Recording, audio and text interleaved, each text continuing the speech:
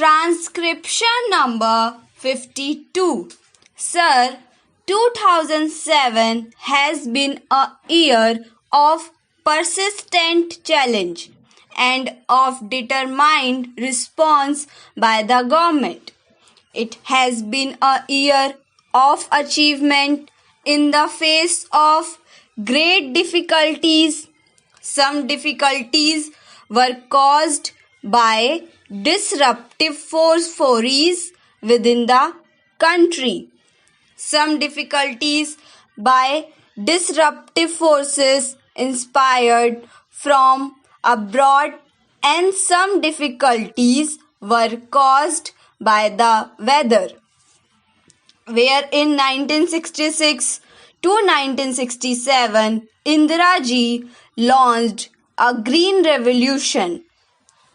She too was faced with similar difficulties, weather difficulties.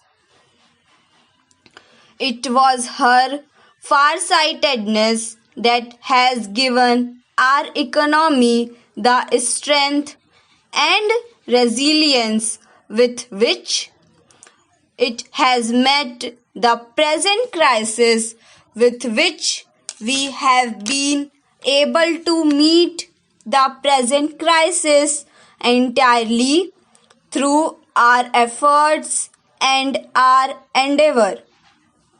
We have not carried the begging bowl to anyone.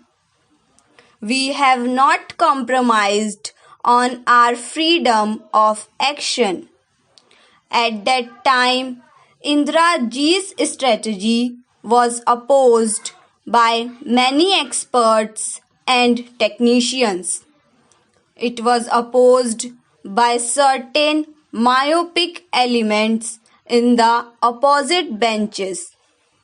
Indira-ji prevailed because of her faith in the efforts of our kisans, because of her confidence in the ability of our scientists, because of her trust in the performance of our extension workers. She assured farmers of the required inputs at reasonable prices despite the burden of subsidy on our economy. She gave the farmers remunerative prices as the cardinal principle of the new strategy. She nationalized the banks and to give credit at the doorstep of the farmer. She initiated a system of countrywide procurement to stabilize the prices that the farmers would get. Indira-ji ensured that her strategy looked to the interests of all sections of our rural community. Not just the farmer, but also the small and marginal cultivator, landless laborer, and even the rural artisan. We doubled our output in 2 decades because of her integrated vision of rural India, her sympathy and understanding for each segment of our rural society. Because of her assiduous attention to inputs, to costs and to subsidies. Today, after 4 years of bad monsoon, 2 years of poor rains followed by 2 years of severe drought, we can hold our heads high and look to the future with confidence, because Indira-ji laid the foundations which were sure, sound and secure. Our drive to maximize the Rabi output is meeting with encouraging success. We hope to limit the shortfall to 10%. But the problem is not entirely over. During this past year, we have done much to mitigate the distress of drought. Relief programs have been handled efficiently by and large by all the states. The ceiling of assistance has been put at the high level of rupees 1400 crore, with almost half of it earmarked for Gujarat and Rajasthan, as they were the most severely hit.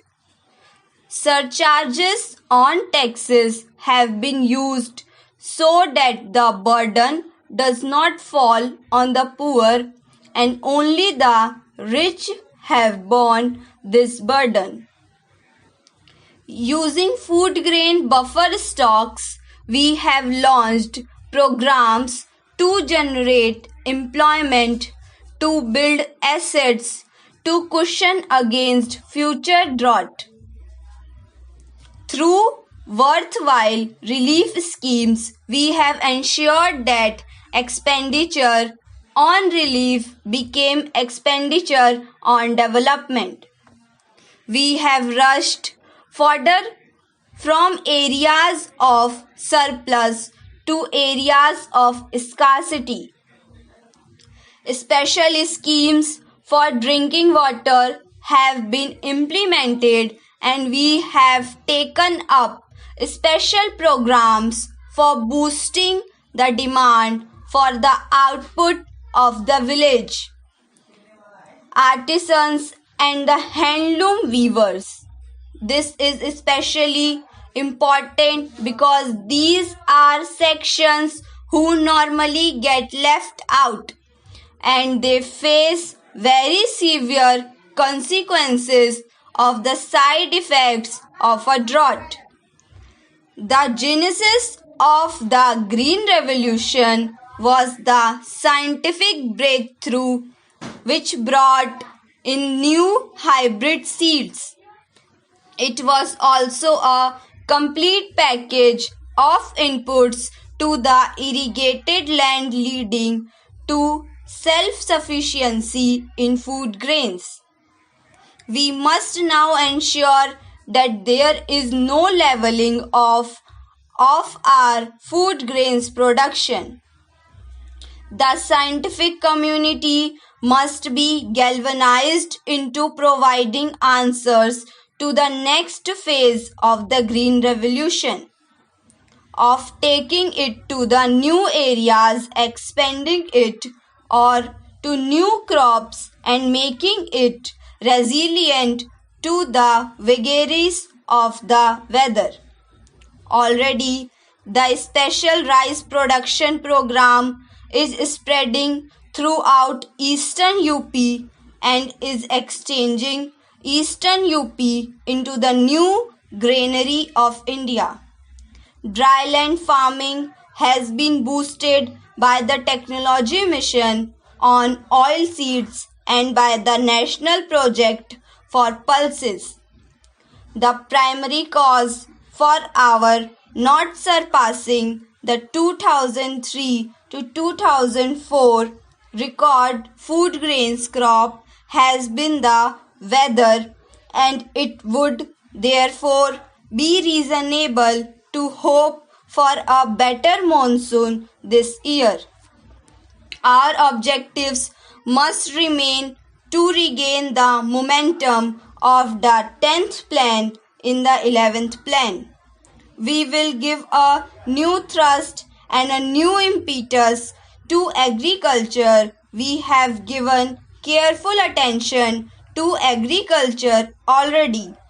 I have held review meetings at various levels, and I have given specific direction to the Planning Commission to revamp the plan for agriculture.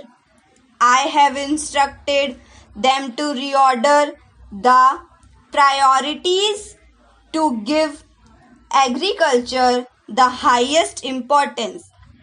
I have asked them to furnish a detailed district-wise crop plan for the coming season. Thank you.